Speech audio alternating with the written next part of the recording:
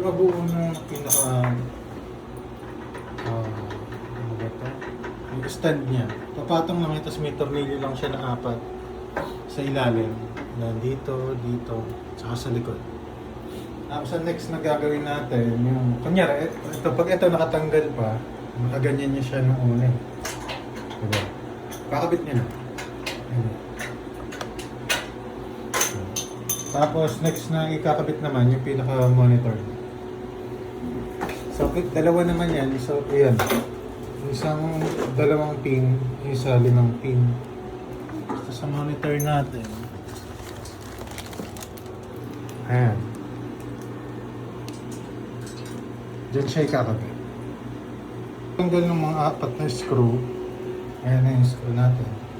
Kakabit naman natin to. Kabidyohan nga ako. Sige. Ayan. Doon natanggal na yung 4 na screw. Ito naman yung ikakabit natin. So, try muna na, ito muna ng 5.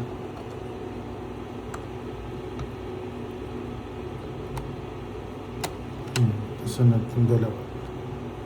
Ayan. Tapos salpak lang natin siya.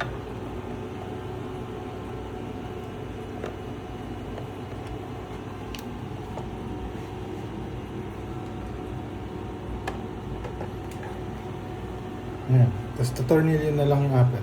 1, 2, 3, 4. Stop mo.